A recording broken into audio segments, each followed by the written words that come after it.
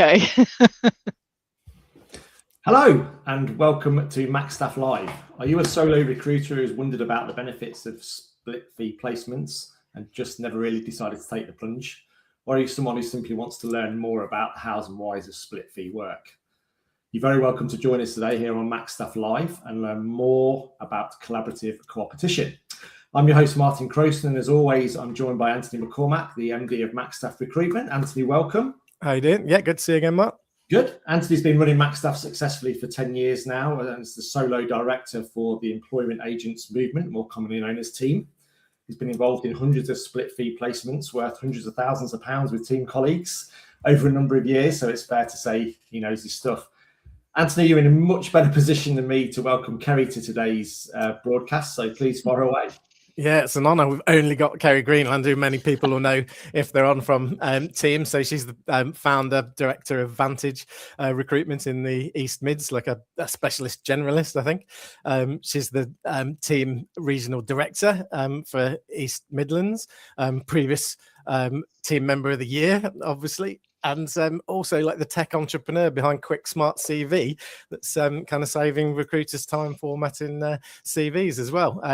She's an exceptional recruiter, like half decent football player. And yeah, proud to call her a friend. Welcome, Kerry. Thanks ever so much.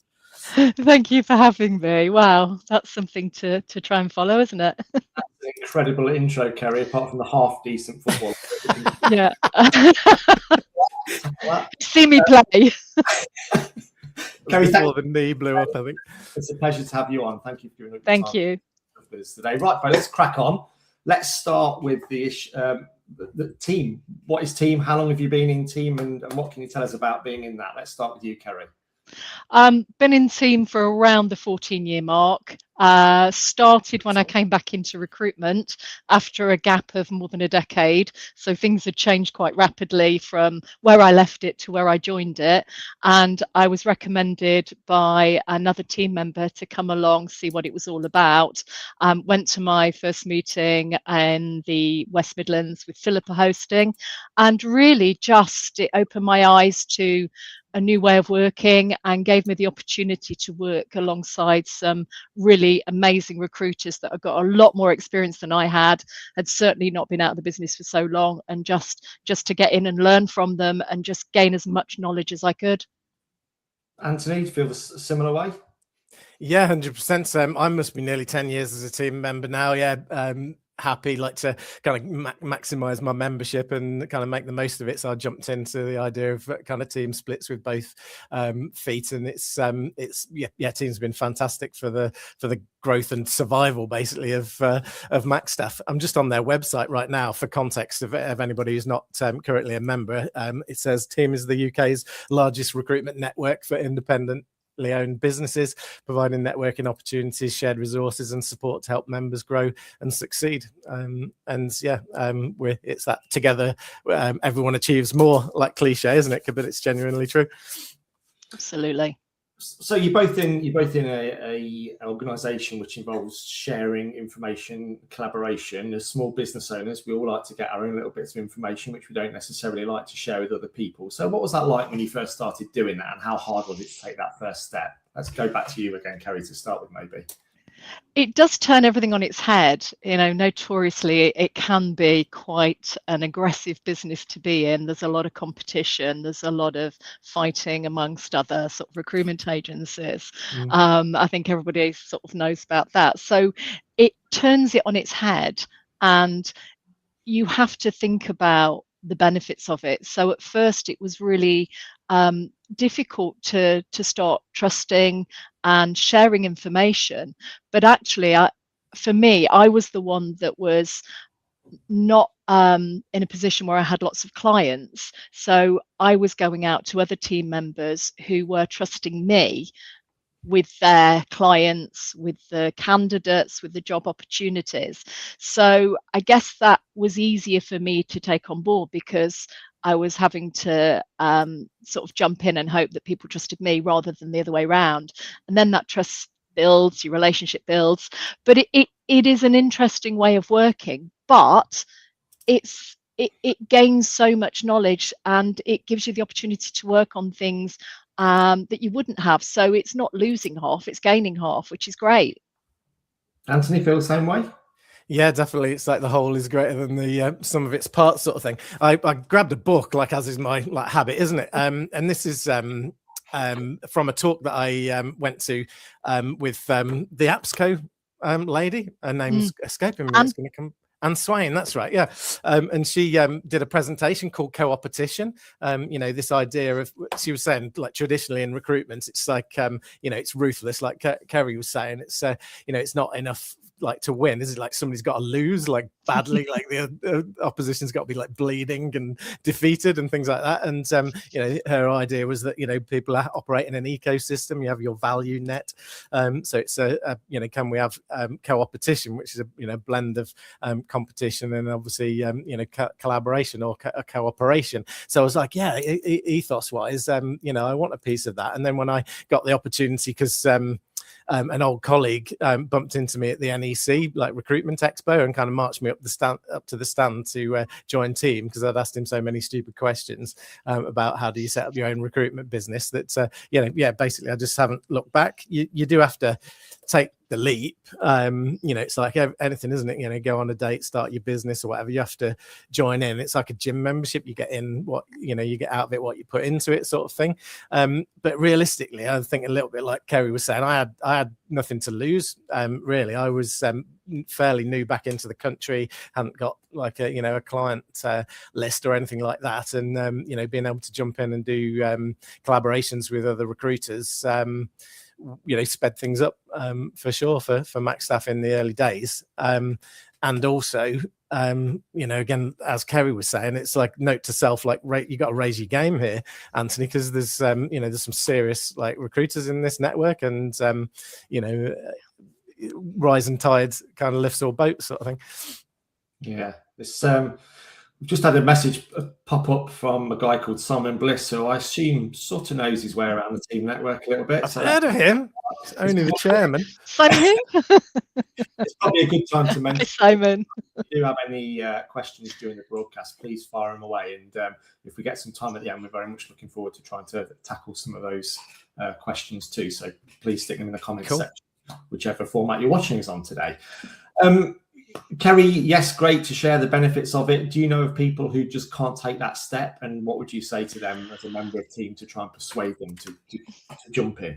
Definitely. I mean, I think there's quite a few people that haven't, and you know, they don't want to relinquish that control, and I understand that. But even as a generalist, I can't have the knowledge of everything. There are some disciplines that just escape me, that I can't get my head around. So for those that don't share and don't ever go outside of that, they're missing an opportunity, because it's an absolute selling point for clients. I can go in and say, yes, I can do all of this, but my knowledge base on this is not where it should be, but I've got a trusted partner over here that I can bring in that has worked in this industry, has worked in this discipline. So you have to think about the big picture. It's enabled me to work with bigger clients, and it's enabled me to work on bigger disciplines because of the trust. So try it with something. Have a go, have a look. If you're at the stage where you've got too much on, it's not always that you can't even do it. But if physically you cannot manage that amount, you're not going to fill all of those roles. So why not give the opportunity, try somebody, speak to the regional directors who know who does what in what area, and go out, have that conversation, speak to somebody that does it, find out why it works and what doesn't work. And it doesn't always work, but just have that conversation, see if there's benefit somewhere that can help you add more. Right, interesting. Yeah, and Anthony, as solo director of team, you must have had similar conversations with people too. Yeah, and unfortunately, it's not a hard sell in the solos. I think we're the most kind of collaborative, communicative kind of bunch, arguably, in the network, actually, and loads of people are working together, you know, on different projects. I think even like Kerry, you were kind of surprised hosting the kind of the solos talk the other week, weren't you, as to exactly how much is going on? Yeah, we spoke about the collaborations that were happening at that time, and I think there was 13 or 14 members on the call, and Wow. there was like 20 collaborations going off between us all. That's just within that network, and if that means you get one more placement, then happy days. I mean, team members don't have to collaborate, I suppose, to say that. You know, the team Yeah. membership pays for itself, you know, just by supplier discounts and things like that. And some people like to, you know, just do the training and development, or like just attend the events, because it's our, like, the team annual conference, which is, you know, best event in recruitment. Basically, that's our annual conference as solos, isn't it? We don't have another one. So, No. you know, enjoy it for all that. But teams, you know, really develop their kind of process, I guess, and culture of kind of vetting people on the way in, that it's got to be those kind of open, collaborative, you know, decent, you know, humans, you know, that we know are going to get on well in the network, you know, and people who are those lone wolves or sharks, you know, it's kind of repellent to them, really, and they might, you know, if they join, they might cycle through a little bit faster, you know, because it's not always comfortable to, I guess, show that vulnerability and trust of being in a room talking about your trials and tribulations, you know, as well as your, you know, your successes and bravado and everything like that. But you know, when you do take that leap to, you know, bringing people into your world, you know, that's when you get kind of deeper relationships, and you know, your network is your net worth, but also it's your kind of your safety net and your lifeline, really, you know, when times are tough, and they do like get tough from time to time in recruitment. Then, you know, this you know, team network, or just your kind of your general network is going to be a lifesaver, really. You've got to have trust, because I was approached by sort of team members to work on roles, and they wouldn't share who the client was with me. And for me, how can I possibly recruit somebody if I've got no idea who this you know, who the client is? So there is that element. You have to do that, but I treat the team network players as clients. Yeah, exactly as I would a client, and vice versa. So if you ask the right questions, I wouldn't work with a client that said to me, well, we're not going to tell you which department we're going to recruit into, and we're really, really vague about the job spec. No, I'm not sure about the salary yet. I would walk away, just as I would walk away if it was a team collaboration. It's you've got to be invested, and you've got to treat it like it's your own client. So people are worried, aren't they? Like perhaps when they first join or whatever, about the ethics and the confidentiality and things like that. Absolutely. But if you think about it, really, it's kind of 99% of the time it's like completely self-managing in the network, because it is a community. You know, if somebody was going to, you know, try and steal a client or candidate, they'd only do it once, wouldn't they? And they'd you know, be asked to kind of move on. So you know, it's really a big scary monster that you know, pretty much doesn't happen. Yeah. Folks, let's move on to the process of what team calls split fee placements, and the actual what goes on during that, to explain a little bit more about how it starts and how it might finish. What does the process of business sharing look like, both for the job sharer and the candidate sourcer?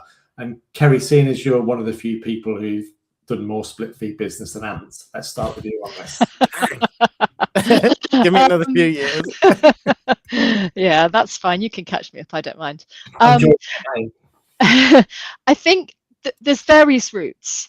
For me, yes, we've got the team exchange. All the jobs are there, so we can see them posted, and we can reach out to people that are sharing those jobs.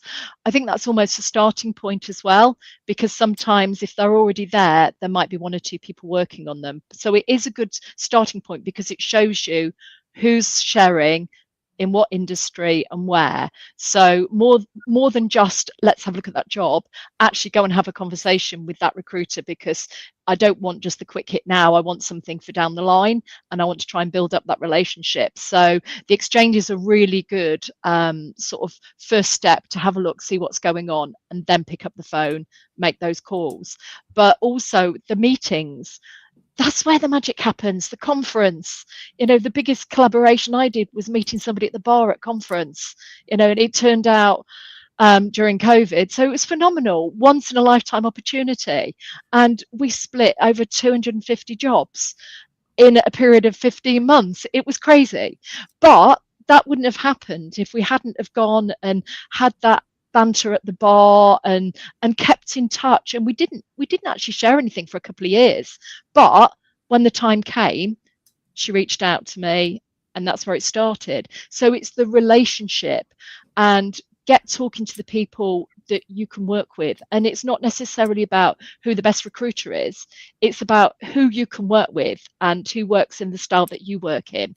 Have the conversation, get all the facts and information. And, I think I've fallen foul of not asking the right questions and finding out that the job's been out there for 5 months, there's 15 agencies on it, and, the market's been rinsed. But that's because I didn't ask the right questions. So from both the person that is sharing the job, give them as much information as you can do, because that will ensure their success and help them with that. And vice versa, ask the questions that you would with any client. And again, get as much information as you can to ensure success, like with normal placements. Anthony, do you see it the same way? And give us some examples of some positive feedback when the processes work well for you with Macstaff. Yeah, so from a job owner's point of view, and I've kind of developed a bit of a reputation as the sourcing guy, actually, but from the job owning point of view, it's like what else can I do in order to give my client good service to increase the fill rates on jobs, and that's not to hog it for myself, but perhaps bring in other expert recruiters in that niche, and then sometimes it's because just the member hasn't got capacity, so I work with a lot of other recruitment business owners in team that do construction and manufacturing like I do, but also sometimes it's because the other member hasn't got the the expertise or the just interest in another area. So there's a member who's doing something else who kind of routinely passes over all the building services vacancies for me to look after, because that's not kind of tier 1 priority for them now. So it's just a good opportunity to outsource. And it might seem weird, this inter-business collaboration and whatever, but really it's just the the 180 model kind of in another setting, which is tried and tested, where there's always a job owner and a candidate resourcer, even within one business. So it's kind of just the same, really. I've had I've been fortunate to have tons of success. I stopped counting after 100 split fee placements, but Wow. The one that I filled the most with, lady that I met at West Mids team regional meeting, and it was just an open offer really as to who wants to help with this position, and I did. It was like a design engineer for a niche area of construction, and it's like, do you want this kind of project manager next? Do you want this coordinator? Do you want this kind of finance assistant? And with 35-40 vacancies filled in now, and that's that's game-changing kind of revenue for an individual. You were talking about Sarah Bishop, obviously, as well, with the COVID example, who's you'll know Martin, because she's been on the show 2 or 3 times talking politics. You don't remember Bish? I know, you need exactly a button for her. Old Bish. Yes. Yeah, my language is cleaner than hers. It's pretty low bar, but it's making me think of another example about the West Mids meeting and whatever, because Phil Bloomer, who kind of robbed this from me and Kerry, and is now the kind of team member of the year. And Andy Dunn, the MD, was asking him, how did you kind of do so much kind of business sharing in realistically quite a short space of time? And he was like, well, it came from all different places. Actually, I picked something up from the team exchange. I got talking to a member that I'm now collaborating with at the engineering and manufacturing meeting, which was in Birmingham, wasn't it? He pulled another one from his regional. I split one with him. Mids. Yeah. Excellent. I've worked with him, but we didn't get that one particularly. We didn't get that one over the line, unfortunately. But yeah, he's a class act, isn't he? And just another example of how you can get better, by working with people who, you know, are kind of next level recruiters. So it's awesome. Definitely. And I work with Portia Moon, who's was a relatively new person at the conference a couple of years back. We sat next to each other. She got a cracking t-shirt on that was a parody of Muriel's wedding, and we started talking about that, and we just found that we just got on so well. Her industry is completely different to what I'm used to, but then you get the odd role. For instance, we're working on a procurement role at the moment. So although her industry is quite niche, the roles that fall out the bottom of it actually tend to be you know, a wide range of roles, health and safety, you name it. So we've got a couple of HR contractors out there. So it's not even just the people that are in your niche industry. You know, this is somebody that I work really well with. So therefore it works, and we can have that open and honest sort of conversation. And when she talks to me about something, she can see my face when she knows it's not anything that I ever want to go near. But, you know, there's an honesty there, but also, you know, it doesn't have to be people in your discipline. I work with Wagstaff quite a lot. They're an engineering company. So, you know, we can infiltrate into different areas and give value to people outside of what we would normally work with.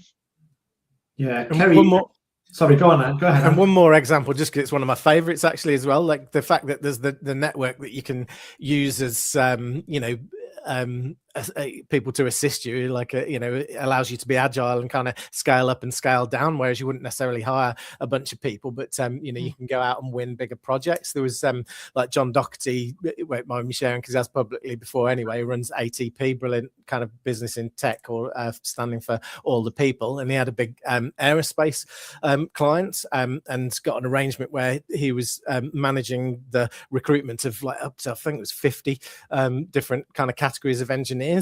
I got involved in that. He was using other team members as second tier suppliers, if you like, which is kind of making it like a mini RPO situation, which is the dream really. And you know, he filled many vacancies there, and a much higher percentage than he would have done like as an independent guy, like irrespective of his caliber actually. So that works out really well. Client was happy, team members were happy, you know, John was happy. So yeah, bring on kind of more of those to the network as far as I'm concerned. That was great. Folks, I was going to bring the questions in at the end, but I just would like to bring this one in now, again from Simon, who was just talking about RPOs there, and that's exactly what Simon's talking about. So do you want to try and address that question while we're...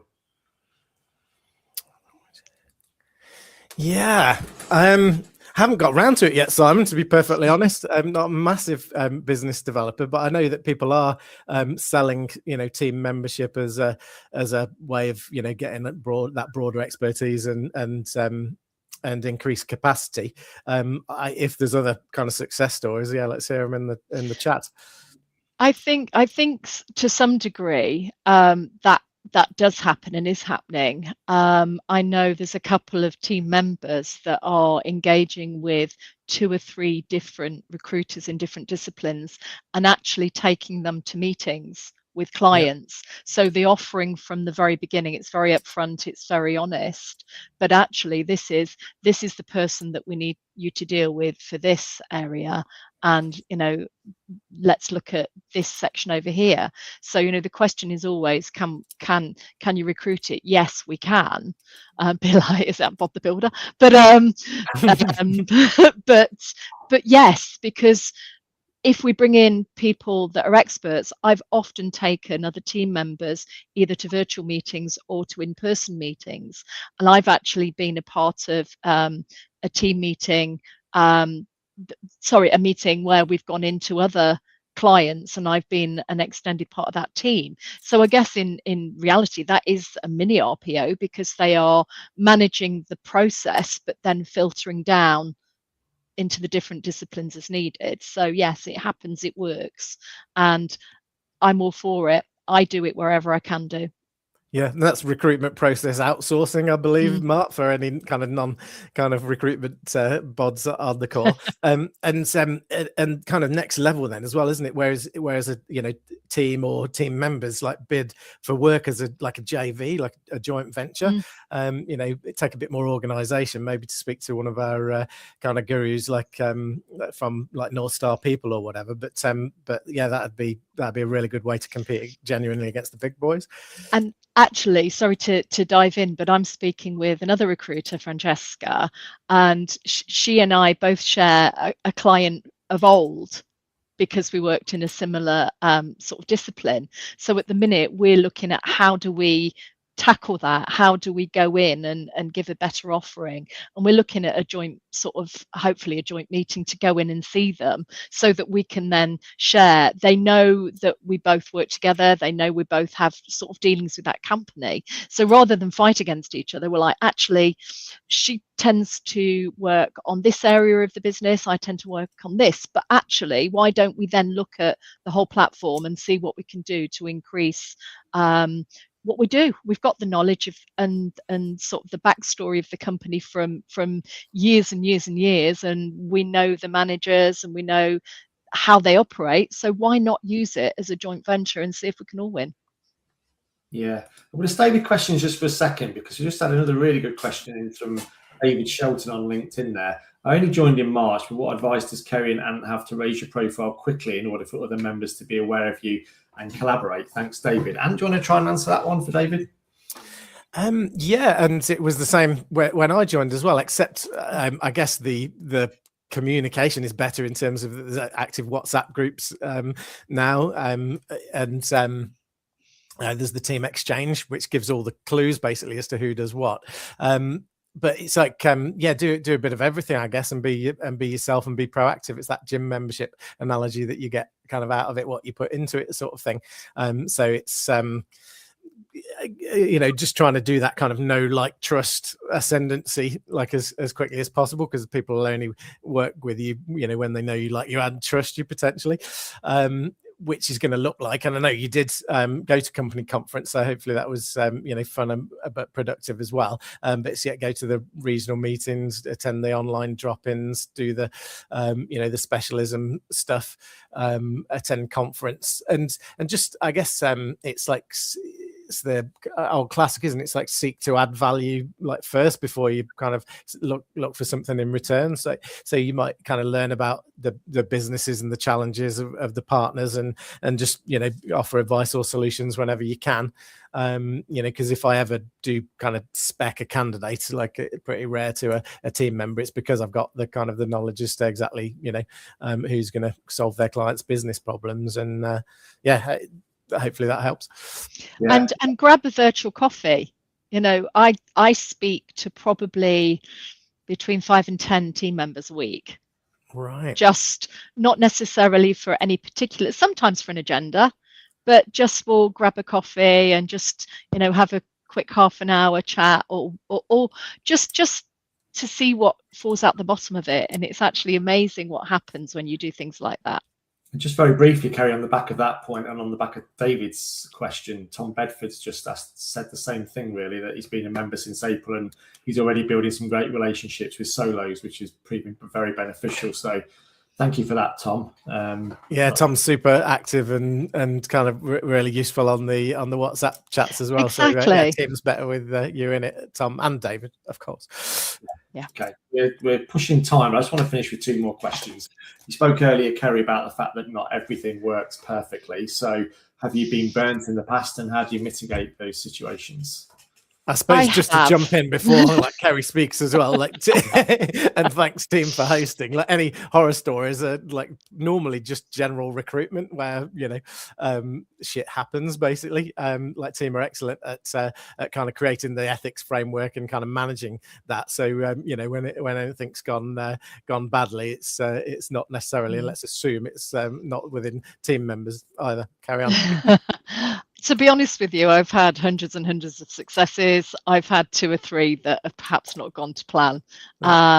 One was very much at the beginning of my journey with team, and to be honest with you, I think it was more a case of my naivety rather than anything else.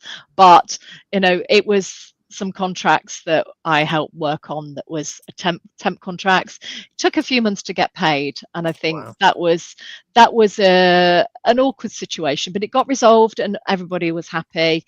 Other ones, really, when your gut's telling you not to do it and you do it anyway. Yeah, I've done that. Yeah, I had a situation where I worked with somebody and they were great, but they were relatively new to team, and they've ended up going bust. So I didn't get paid for the work that I did, even though they got paid by the client. We didn't. We did end up taking them to court, but it's still in process. However, maybe I should have been a little bit more prudent with how I questioned. It was a quiet period, and normally I wouldn't have gone down that route without really looking at it in more detail. And then somebody without VAT, I hadn't even thought to ask the question, are you VAT registered? Yeah, I just assumed they would be. And then when it came down to the invoicing, it's like, well, I'm not VAT registered. So that caused an issue because they wanted me to invoice them without VAT, which obviously we can't do because we're VAT registered. And then it comes down to, well, who bears the cost of that? Do I lose out that bit of the fee because he's not VAT registered or they're not VAT registered? So that was a little bit of a tricky situation. But to be honest with you, we had the adult conversations, we split it down the middle, everybody was relatively happy. So yes, it can happen. And roles, if you don't qualify the roles properly, you can go down a wild goose chase and find out that actually you've got no chance of placing because there's 15 recruiters on it and it's been open 6 months, like I mentioned, and everybody's rinsed the market. But if you're a good recruiter and you know what to ask, if you get that information, great, happy days. It's an amazing opportunity. Anthony? Yes, I'm just thinking the same, and treat the other members like your clients that they are, in terms of deserving great customer service and everything like that, but also to ask the probing questions to make sure that you're prioritizing smartly, I guess, and working close to the money, which is the key in recruitment, isn't it? I've had a few out of like probably a couple of hundred deals like not gone well as well, and that's recruitment, isn't it? One at the moment actually, whereas the candidate wasn't doing well, basically. The relationship with the client that they placed, that broke down. Now they're suing each other, which is unfortunate. Clients withholding the payment, and we're still kind of talking about that. But that doesn't mean that me and the client or job owning partner are kind of falling out about it. That's just things happen from time to time. And one of the key things, actually, I think it was like Claire Hallett-Walsh said as to, on a previous webinar, as to, what makes a good, collaborator or, team splitter. And it's somebody who doesn't get offended, by things like, so, Kerry might have a rogue client, I might have a rogue candidate from time to time, but, we kind of work through it as best we can together and like fight another day sort of thing. I had another situation, whereas after I'd submitted and screened and profiled and ran a candidate through the process, we'd placed the person. Now the bill's overdue, and it was at that point that the other guy I'd been working with piped up to say that he'd found out that he'd already got the CV that I'd sent in the first place, and therefore could I pay 50 cents on the dollar? I was like, no, unfortunately, it's not the time to say that. So yeah. And that might have been a few drinks of an evening that I suddenly start getting emailed at like 9 o'clock, and it's just one of those. But yeah, as long as you're open with how each of you work, and I work differently with different recruiters. It's it's not always a 50-50. It's not always a full service. Somebody might just want a bit of a help with a search. There's different ways of working, but as long as you have that conversation at the beginning and know where you're at, You know, if somebody did that to me and said, oh, I don't want to pay you now because, oh, I had this CV in my inbox. I've got hundreds of CVs in my inbox I haven't looked at. You know, that's not how I would work. If Yeah, I've you reached worked out because you needed help. Yeah, yeah, exactly. If I've worked with a candidate and, you know, presented that candidate, they may well be on my database and I've missed them. Unlucky. I'm enlisting in you to help me with something. And, you know, there's a situation recently. I've just worked. We're just in the process. We have interviews on Thursday, so fingers crossed with another team member. And I hadn't got the capacity to do it at the time, and I needed some help. So I reached out. I actually sent them 2 or 3 candidates that were on my that had come through my advert because I hadn't got the time to do it. I've enlisted in somebody's help. I need that help. So that's how it works for me. And I know that's different for other people, but I'm not going to go, oh, well, actually, that one was in my inbox. I've not interviewed any of them. They've done the full service for me, and happy days. I'm happy to take half of that fee. Yeah, I've paid out as the job owner member, a collaborator who sent me a CV that I'd had like a couple of days before and just hadn't got round to ringing the guy. So I was like, do you know what? Like, go ahead. You know, we made the placement, got the 50-50, and that basically avoided the chance that he was going to slip the cracks. And, you know, it's a win-win. It's that thing, isn't it? Of, you know, do you class the glass half full as or glass half empty? And I think it's been said, hasn't it? Like 50% of something's better than 100% of nothing. Yeah, but it's okay if you don't want to work like that, as long as it's clear at the beginning. And I think that's what I say about having that honest conversation. As long as we know where we stand, it's like different clients go, well, I had them on my portal 6 months ago, and then they're not your candidate. Whereas other clients would be like, well, yeah, we did have them in a database, but we didn't see them. So I think there's different ways of working. I just think you just have to be clear in which way you work.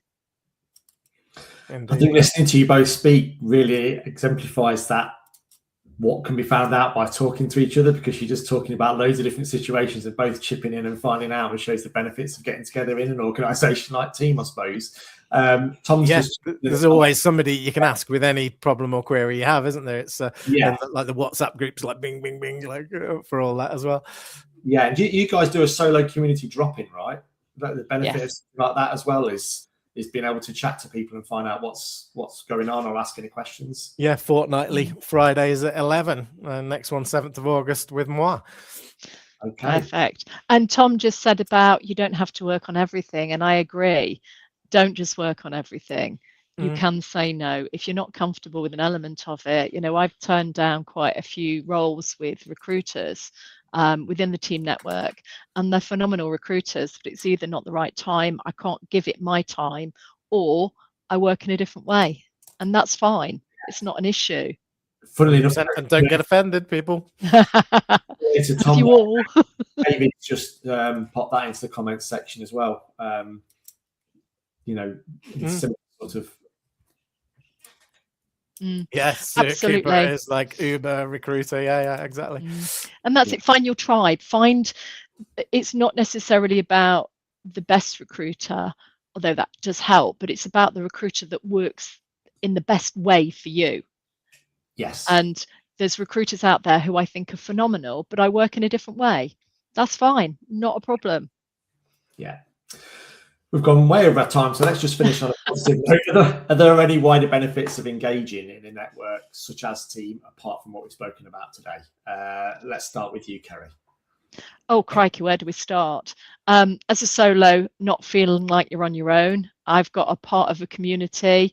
I work from home, and I never feel alone, because there's people I can reach out to.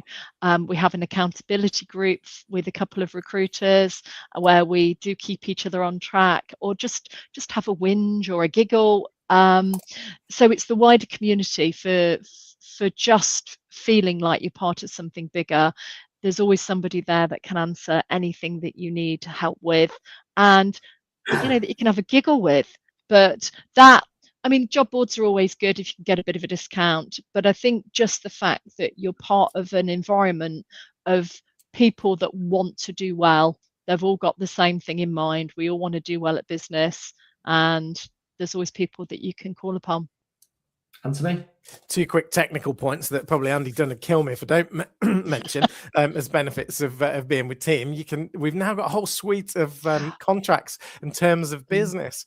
So, that pays for itself many times over when you join anyway, because if you tried to get a lawyer to even take a glance at your terms of business, you'll know that it's kind of going to cost more than a team membership, that's for sure. And also speaking to the situation, whereas the partner, like any client, could potentially go bust, and we've got a great solution from Simplicity for that now as well, via team, whereby they'll kind of underwrite the placement and kind of pay out on offer or start to both members, and it's kind of insured basically, so you're protected if anybody goes under as well, which nearly never happens, but great extra product, because team's getting kind of better as well as getting bigger, really. And kind of last thoughts, which I say sometimes to people when they call me about thinking about whether to join or not, is say people come join potentially for the discounts, but they stay for the community.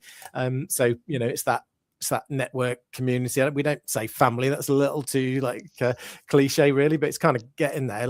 People can have genuine friendships, and be part of something bigger, than just kind of slogging away doing your own recruitment thing. So definitely suggest that you kind of get in touch with Team HQ if you're not a member and you're thinking about it, and if you are a member, maybe take it to the next level and do some splits. It kind of adds value to your work life basically, and potential to, like we were discussing earlier, raise your own game as you collaborate with some serious players in the industry. Definitely. Can I just say as well, at the minute, 1, 2, 3, I've in the last month collaborated, or are in the process of collaborating with 5 team members. We've got 36 grand's worth of splits on the go, either placed or pending, hopefully, and that's both ways. So the proof's in the pudding. It works. And whilst the market's been tough, the trajectory is definitely upwards, actually, isn't it? Oh yeah. I think a lot of people are getting more busy, so bring it on. Definitely. That's a wonderfully positive note to finish on, folks. So let's call it a day there. Thank you to everybody who sent in questions. We haven't had time to get on to the whole lot of them, but we'll endeavour to answer them even when the broadcast is finished on whichever social media outlet you're watching us on today. So thank you very much for your engagement. Kerry, it's been fantastic to have you chatting away and your expert knowledge on it. Tell people where they can find you in your business if they want to find out a little bit more about yourself or Vantage. Yeah, so it's Kerry at vantage-recruitment.co.uk. If you fancy a virtual coffee or a bit of a chinwag, then I'm on the team network hub, so just find my number, give me a shout. Great stuff.